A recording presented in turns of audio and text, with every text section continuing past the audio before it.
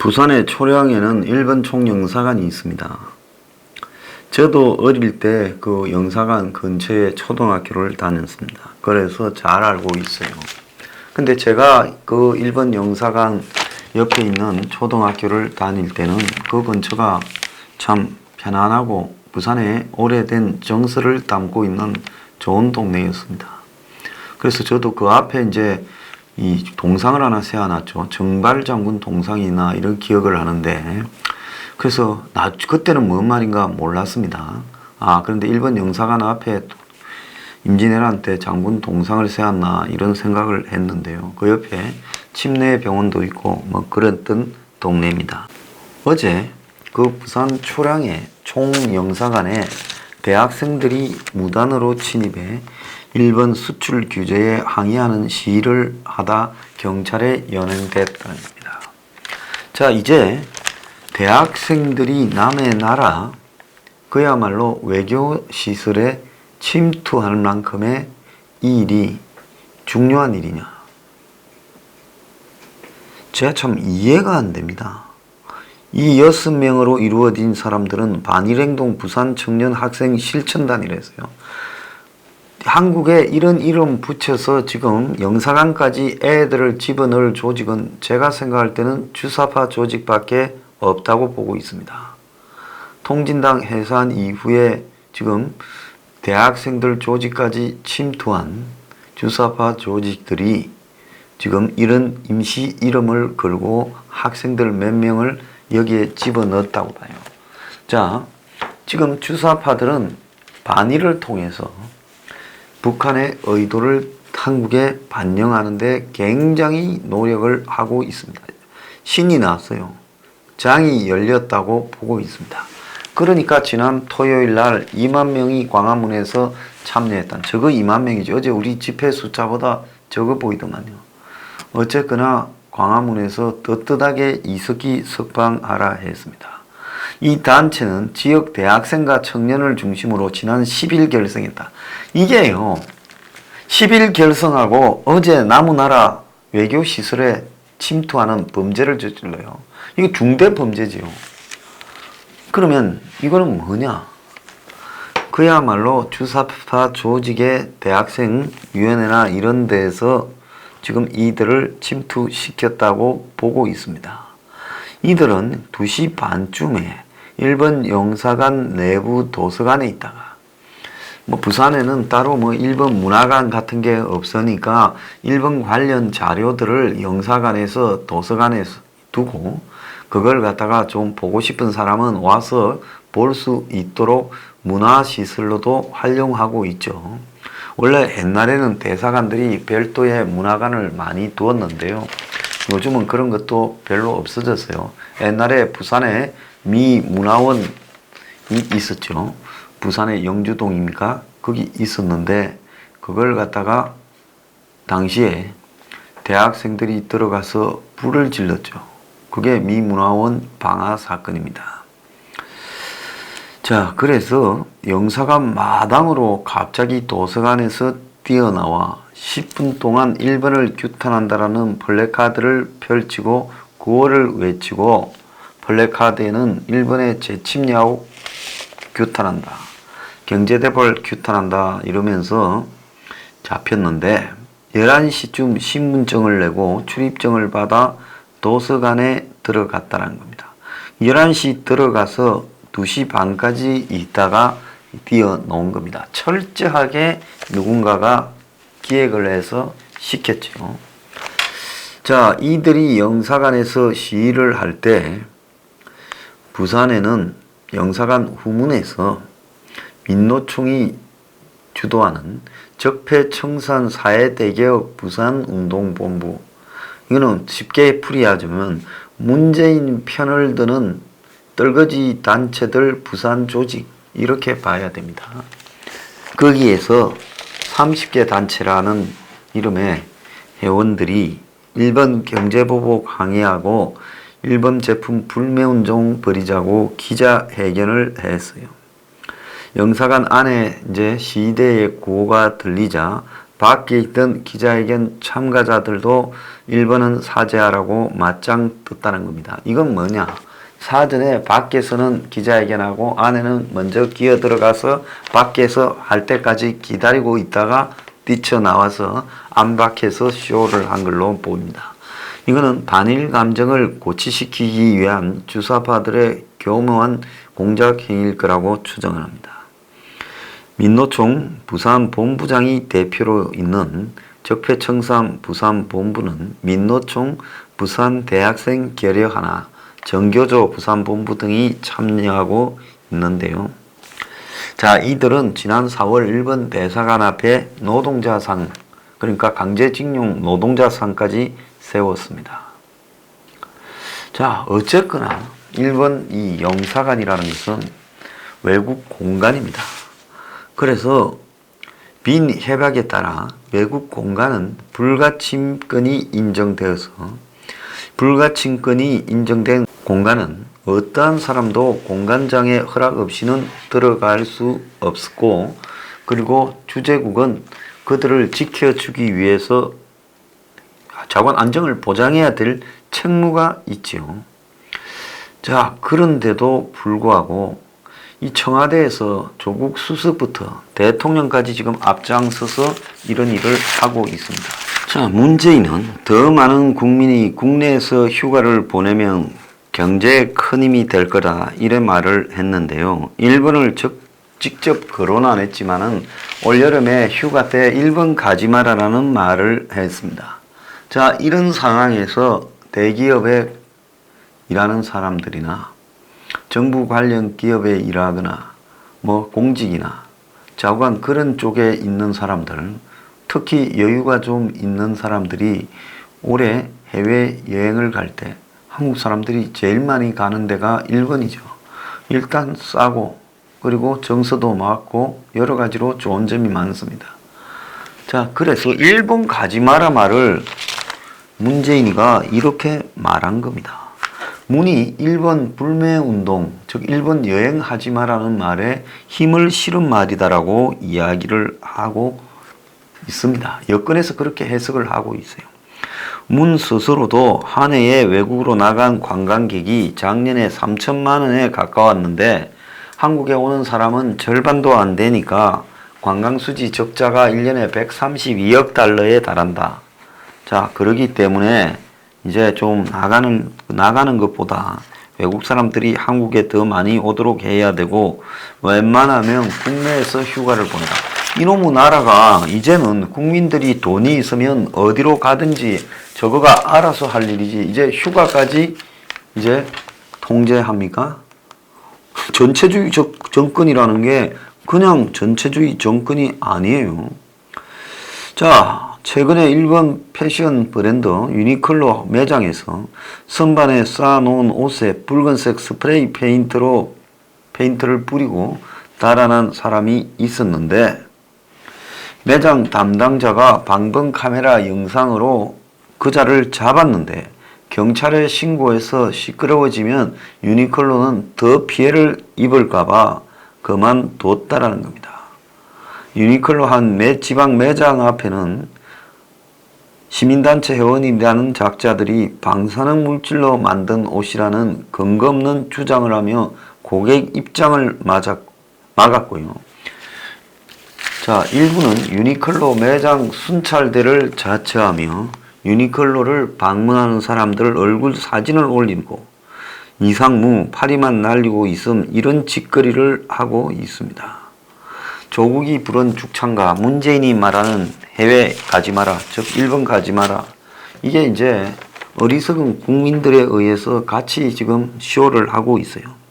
자, 또 오늘 다른 언론에는 일본인 연주자가 나온 공연에서 벌어진 일이라며 며칠 전에 한 관객으로부터 제보를 받았는데 14일 날 예술의 전당 콘서트홀에서 열린 공연에 다녀왔는데 공연 도중 관객이 연주자에게 소리를 질러 많은 사람들이 놀라는 일이 있었는데, 이 공연은 아디오스 피아졸라 라이브 탱고라는 이름으로 열린 공연이었다고 합니다. 자, 이 공연은 상당히 유명했어요. 작년에는 TV 예술무대라는 방송에서도 등장한 바가 있는 팀들입니다. 그런데 일부 연주가 일본인 연주자 4명으로 구성된 탱고 밴드 콰트로시엔토스가 맡았다고 합니다. 일본이 그 탱고에 좀 강해요. 왜냐하면 일본에서는 아르헨티나나 브라질에 초기에 이민 간 사람들이 많아가지고요. 이런 부분에 상당히 좀 이 일본 내부에 전문 연주자들이 좀 있습니다. 탱고 전문 밴드라는 거죠. 4인조요. 이 밴드의 바이올린 주자가 연주와 곡 설명을 하던 도중에 1층 중간 객석에 앉았던 관객이 일어나 연주자를 향해 쪽발이라고 외쳤다는 겁니다. 그런데 일본인 연주자보다 객석의 다른 관객들이 더 놀랐고 공연장 분위기는 얼어붙었고, 자, 연주자는 쪽발이라는 말이 뭔 말인지 몰랐는데 그래 놓고 그 관객은 나갔다는 겁니다. 애초부터 공연 들으러 온 게 아니라 그야말로 욕하러 온 거죠. 나쁜 놈이죠. 공연장 직원이 어떻게 손을 쓸 수도 없이 이렇게 하고 나가버렸는데, 관객들이 봉변을 당한 일본인 연주자를 위해 위로성 박수를 쳐줬다고 합니다. 공연은 이후에 큰 문제 없이 진행이 되었는데 공연 기획사에 물어보니 이 공연자는 다음날 바로 출국해버렸다고 합니다. 자, 서투르지만 한국어로 곡 설명을 준비했고 한국을 좋아하던 연주자였는데 공연 기획사 담당자는 소동을 일으킨 관객이 지른 고함이 무슨 뜻이었는지 연주자에게 설명을 해주지도 않았고 그냥 해프닝처럼 지나가 버렸는데, 자, 이 소동에 대해 관객들이 쓴 글이 있었는데 반일 감정에 대해서는 이해하지만 왜 이런 식으로 감정을 표현하는지 이해가지 않는다. 공연하러 온 일본인 연주자가 왜 일본을 대표해서 욕을 먹어야 되나. 한국 공연 기획사가 주최했고 연주자 중에 일본인이 포함됐다라면 이 공연을 일본산 불매운동으로 판단했다면 그거는 개인이 보지 않으면 되지 굳이 공연장에 와서 소동을 벌이고 다른 사람까지 방해해야 되나. 자, 한 방송사가 이걸 제보받고 촬영한 영상이 없어서 더 이상 이걸 취재해서 보도는 못했지만은 이런 식으로 하면 안 된다는 겁니다. 자, 며칠 전에 SBS가 일본 여행 가는 매국노 팔로우하는 계정이라는 이름의 SNS가 등장했다고 이런 기사가 나갔는데요. 일본 여행 후기를 올리는 사람을 팔로우하고 망신을 준다라는 계정입니다. 지금까지 250명을 찾아내서 망신을 줬다고 합니다. 미친놈 새끼들이에요. 이런 자식들이 어디 있어요?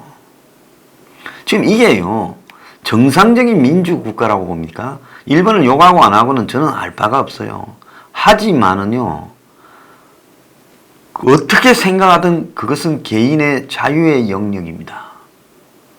일본 불매운동에 동참하지 않으면 욕하면 과거 히틀러 시대 때 유대인에게 돌 던지지 않는다고 욕한 놈들과 뭐가 다릅니까?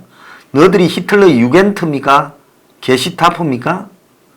전 국민을 게시타프로 만드는 이런 짓거리를 국가가 해도 되는 겁니까?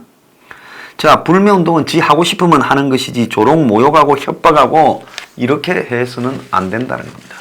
제가 최근에 벌어지고 있는 이 광풍에 대해서 정말 할 말이 많습니다. 자, 문정권이 이 사태를 일으킨 발단에 있다고 저는 확신하며 이 확신은 바뀌지 않습니다. 여러분, 제가 한번 확신하면 잘 안 바꾼다는 생각 아시죠?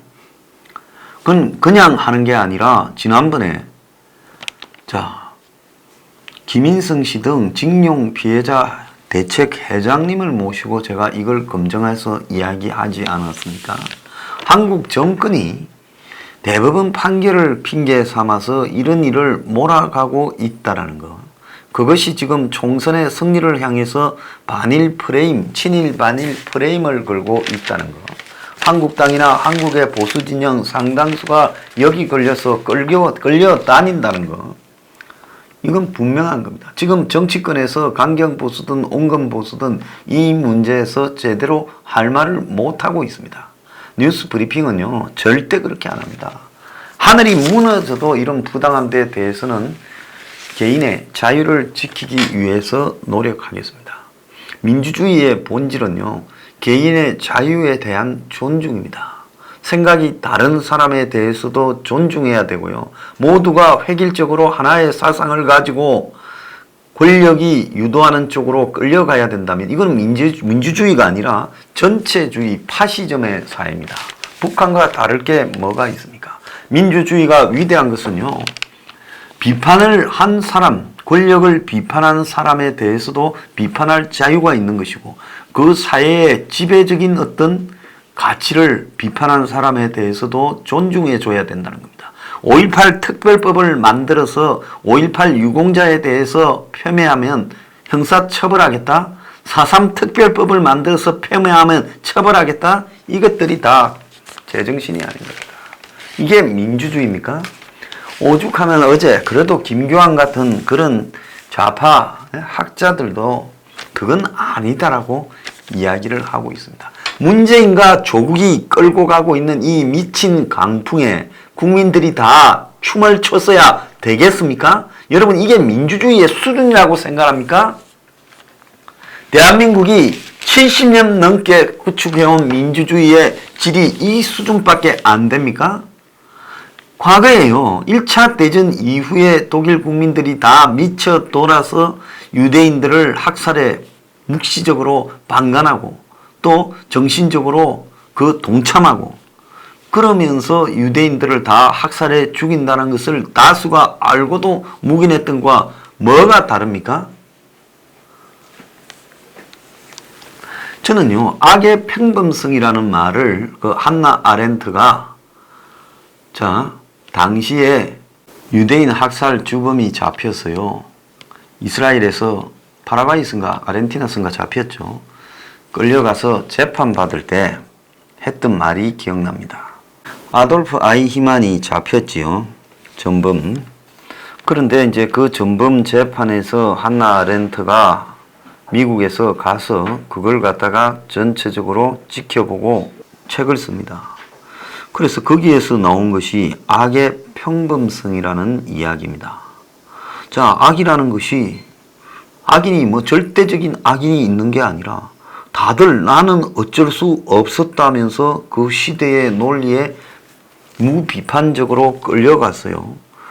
놀아나는 부분을 악의 평범성이라고 이야기를 하는 겁니다. 악이 뿔 달린 괴물처럼 생긴 게 아니라 우리 한가운데 뭐 사랑이나 양심처럼 다 악의 평범성도 있다는 겁니다. 그런데 파시즘이 광기로 누구에게나 있는 악의 평범성에 불을 질렀을 때 거기에 가담하지 않는 것은 생각을 하는 인간의 능력인 겁니다. 자, 지금 우리 주변에 벌어지고 있는 이런 미친 광기에 지금 반의를 빙자한 저열한 행동에 우리가요, 생각을 해야 되는 겁니다. 우리가 동물이 아닌 사람인 것은요, 이런 생각할 수 있는 능력에서 나오는 이런 양심이라고 생각을 하고 있습니다. 자, 1번이 과거에 우리에게 못할 짓을 했다. 자, 우리가 과연 우리에게 못할 짓을 한 사람을 똑같은 기준으로 청산합니까? 1번이 우리에게 못할 짓을 했다는 것은 그걸 70년, 80년이 넘도록 확대 재생산하고, 중공이나 북한이 우리에게 못할 짓을 한 것은 서로가 그런 일이 있었다로 퉁칩니까? 그렇게 따지면 1번이 한국을 먹도록 한국이 책임을 제공한 부분에 대해서는 왜 말 안 합니까? 말을 그따위로 하기 시작하면요, 그까지도 넘어가야 되죠. 고종에 대해서 비판해야죠. 그래서 우리 내부에서 이 저열한 삼류 정권이 끌고 가고 있는 광기, 모든 부분에 지금 국민들에게 광기를 주입시키고 있습니다. 이제 최종적으로 등장한 게 반일이라는 광기입니다. 자, 이 광기에 맹목적으로 지금 일본 여행 가는 사람을 찾아내고 일본 상품을 파는 매장에 가서 스프레이를 뿌리고, 여행을 대통령이 나서서 가면 안 된다 그러고 그 외국 공간에 뛰어넘어가고요. 우리가 이 수준밖에 안 되는 그야말로 악의 평범성이 언제든지 터져 나올 수 있는 삼류 선동 국가였습니까?